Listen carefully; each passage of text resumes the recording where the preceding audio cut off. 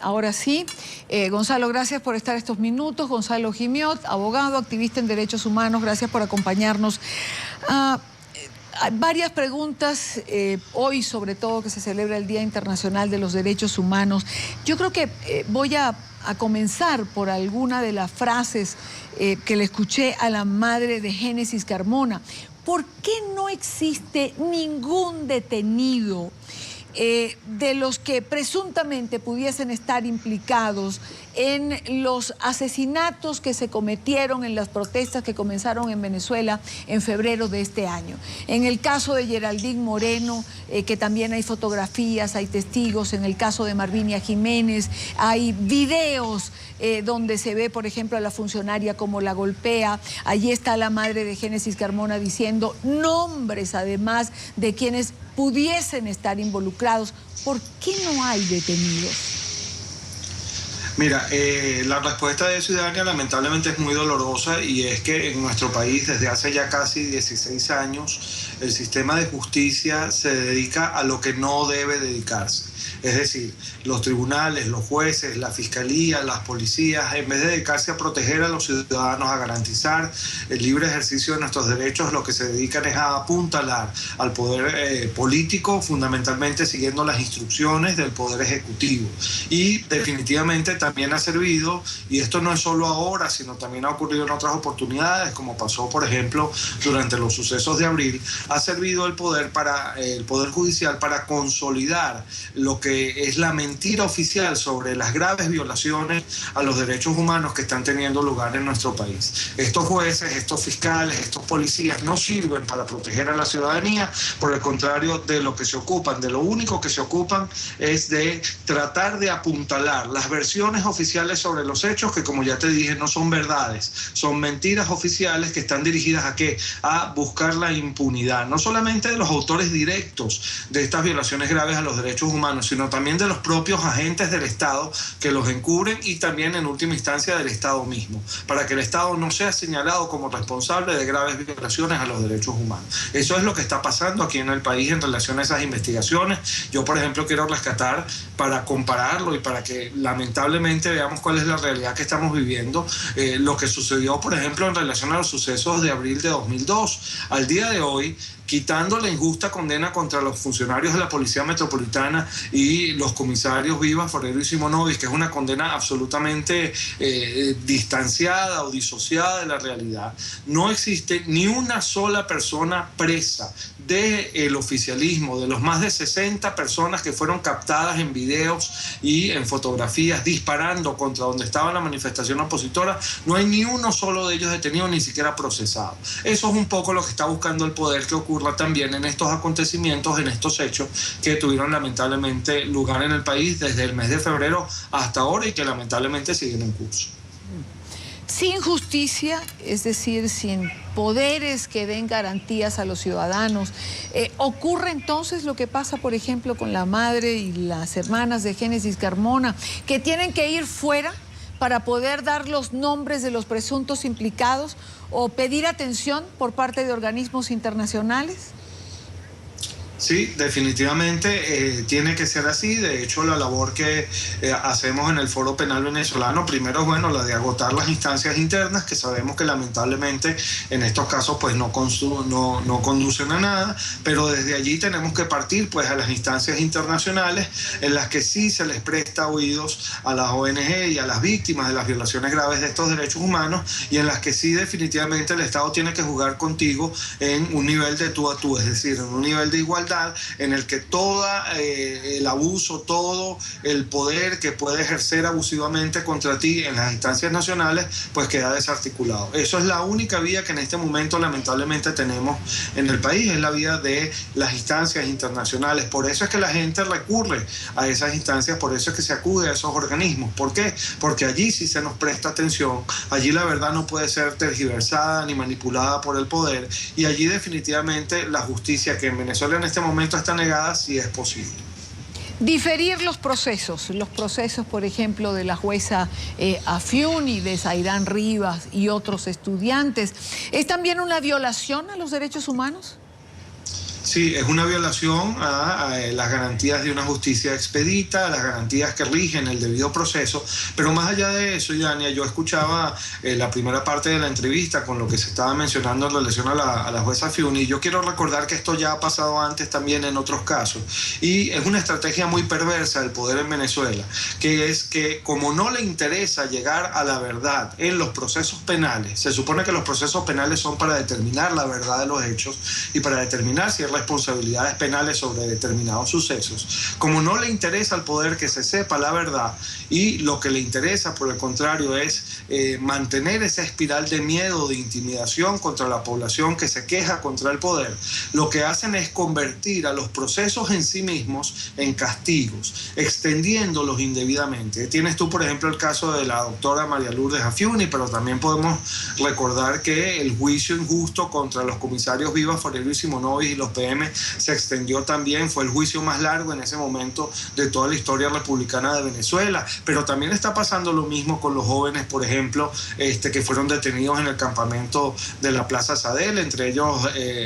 Zairán Rivas, a la que se le difirió hoy, por ejemplo, la apertura del inicio de su juicio, sin que haya una fecha que pueda decirse que es la próxima fecha para el reinicio de esta fase del proceso. Pasa también con los jóvenes que han sido encarcelados y que se mantienen, por ejemplo, en este momento también a la espera que fueron detenidos el 8 de mayo en el campamento del PNUD, también aquí en Caracas. Y como este caso, hay muchísimos otros que te demuestran que lo que está detrás de esto es la intención no de buscar la verdad,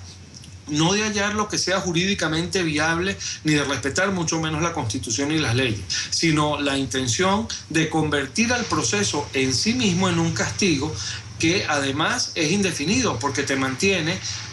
a la espera de finalización formal por periodos que son absolutamente indeterminables y que dependen básicamente del capricho del operador político de turno, en este caso los operadores políticos del gobierno y del poder. Estos procesos, digamos, que se convierten en un castigo en sí mismo, aquellos que aún no han comenzado. Procesos también como el de Leopoldo López, a quien se le violan los derechos humanos, o el alcalde Enzo Escarano, y se violan los derechos humanos aún en prisión. Hay una imagen grotesca narrada por abogados y familiares, que es cuando se lanza esta bolsa con excrementos y orines a través de la ventana, por ejemplo, por mencionar algo que puedo recordar. Se violan los derechos humanos cuando se le castiga por más de 2 o 3 meses y no se le permite ver a la familia, ni a la esposa, ni a los hijos. Y si uno abre el gran angular, doctor Quimiop, entonces se encuentra casos terribles como los 48 detenidos que mueren en circunstancias que aún no han sido aclaradas en la cárcel de Uribana, con hipótesis que van desde el envenenamiento hasta el asesinato. Es decir, en derechos humanos, ¿qué calificación se le pone a Venezuela? Bueno, yo creo que Venezuela definitivamente está, como decimos acá, raspada en materia de derechos humanos, es decir, ha aplazado todas las materias que tienen que ver con el resguardo de estos derechos tan fundamentales, tan elementales para cualquier ciudadano. Y además lo ha hecho en unas condiciones que no solamente tienen que ver con el ámbito de lo que es la persecución política, sino también lo ha hecho atacando con ello a los que son los más vulnerables, los más humildes dentro de la población venezolana, porque si uno revisa, por ejemplo, cuál es el grueso de la población que está encarcelada al día de hoy en las penitenciarías, en las cárceles venezolanas, uno se da cuenta de que son fundamentalmente personas de extractos humildes, a los que se somete a todo tipo de trato cruel, inhumano y degradante, trascendiendo además a la persona del propio recluso y haciendo que también a sus familiares, a sus allegados se les someta a tratos verdaderamente humillantes, todo contra lo que pauta la Constitución, todo contra lo que pautan los tratados internacionales suscritos y ratificados por Venezuela en materia de respeto a los derechos humanos. Es muy grave lo que está pasando en el país, definitivamente, y yo creo también que es importante destacar que ya gracias a Dios y gracias a que, bueno, no solamente el Foro Penal Venezolano, sino muchas otras ONGs han hecho este trabajo año tras año de hormiguita que se ha venido haciendo para tratar de abrirle los ojos al mundo. Ya el mundo hoy por hoy tiene la lupa puesta sobre lo que está pasando en el país. país, y definitivamente la percepción que se tiene en relación a lo que ocurre en Venezuela en materia de violaciones a los derechos humanos es una percepción mucho más cercana a la realidad de lo que era hace algunos años, cuando la inmensa chequera petrolera y el lobby que hacía el gobierno en otras naciones pues permitía de alguna manera encubrir las cosas. Ya hoy por hoy eso no es así, ya hoy por hoy las naciones del mundo parecen estar mucho más claras en lo que está ocurriendo en Venezuela, y definitivamente esto solo puede generar consecuencias positivas. ¿Por qué? Porque, Idania, en algún momento la justicia va a ser posible. En algún momento todas estas personas que se han dedicado a la tarea de violar sistemáticamente los derechos de las personas, sea por ineficiencia, por incapacidad o por motivos políticos, que lamentablemente también son la norma en nuestro país, van a tener que responder por sus actos. Y eso históricamente en los países en los que han sucedido situaciones similares a la nuestra es perfectamente verificable. Nadie puede esconderse de la justicia cuando viola los derechos humanos, y yo creo que un poco esto es lo que ha venido pasando y lo que poco a poco se irá viendo en el transcurso de los años por venir, cuando se juzgue y se vea con objetividad qué es lo que está pasando en Venezuela y qué es lo que ha venido pasando en Venezuela. Y un punto que no quiero dejar fuera de la entrevista, porque a todo lo que hemos conversado se suma esto de lo que voy a hablar, que es como, caray, el adorno ya de la torta. Y tiene que ver con la situación de Marcelo Crobatto, abogado, colaborador del Foro Penal, detenido en las protestas que se vivieron en Venezuela a partir de febrero, precisamente cuando fue llamado por personas para ser atendidas por él, y él fue detenido. Y el caso de Tamara Suju, miembro del Foro Penal venezolano, defensora de derechos humanos, hoy además con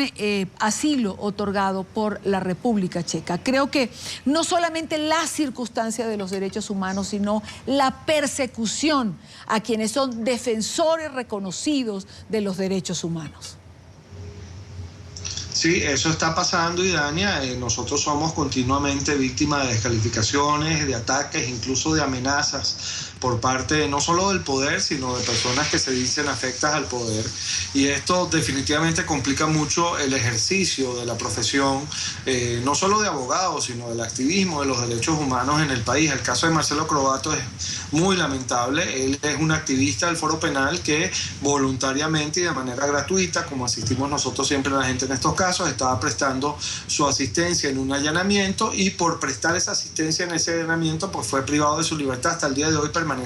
privado de su libertad en Yare 3, con un cuadro además de cáncer de la piel muy complicado que ha sido completamente desconocido y obviado por las autoridades judiciales. Y bueno, y el caso de Tamara Suju, compañera nuestra, también miembro de la directiva del Foro Penal venezolano, que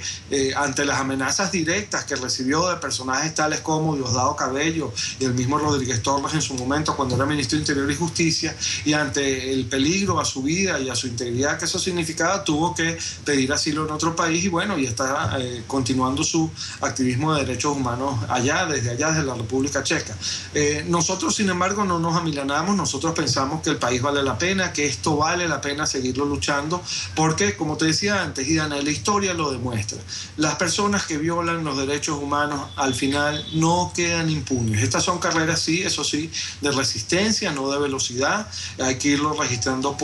todo paso a paso, poco a poco, pero en definitiva los resultados sí se logran. Y yo creo que es a eso a lo que le teme el poder en Venezuela, y es por eso que en este momento la persecución y ese intento de neutralizar las actividades de quienes somos activistas de derechos humanos es tan vehemente en el poder, es tan inclemente en estos momentos. Pero vamos a superar esto y vamos a seguir adelante, porque en definitiva a todos nos interesa, y en esto hablo no solamente por quienes militan en las filas de la oposición, hablo también por todos los ciudadanos del país, independientemente de que en este momento estén incluso militando en las filas del oficialismo. A todos nos interesa vivir en un país en el que el poder no haga lo que le dé la gana con tus derechos. Y fíjate tú que tan ha sido cierto lo que nosotros hemos venido denunciando, que eso de que el poder te criminaliza por el solo hecho de criticarlo y de ser diferente, que recientemente muchos oficialistas muy connotados han tenido que beber, como decimos nosotros acá, una cucharada de ese mismo jarabe. Es decir, por el solo hecho de haber alzado la voz contra las erradas políticas de Maduro, han sido estigmatizados inmediatamente como criminales, lo que demuestra que lo que nosotros venimos diciendo, que desde el poder se utilizan los medios judiciales para criminalizar a la disidencia es absolutamente cierto. Y poco a poco, pues bueno, esa verdad va aflorando y va logrando el cometido de imponerse, porque al final la verdad es muy terca, yo siempre lo digo, Idania, y la verdad siempre se impone. Quiero darle las gracias a Gonzalo Gimió, abogado, activista en derechos humanos, miembro del Foro Penal Venezolano. Gracias por acompañarnos, Gonzalo. Gracias, Idania. Hasta luego. Buena tarde.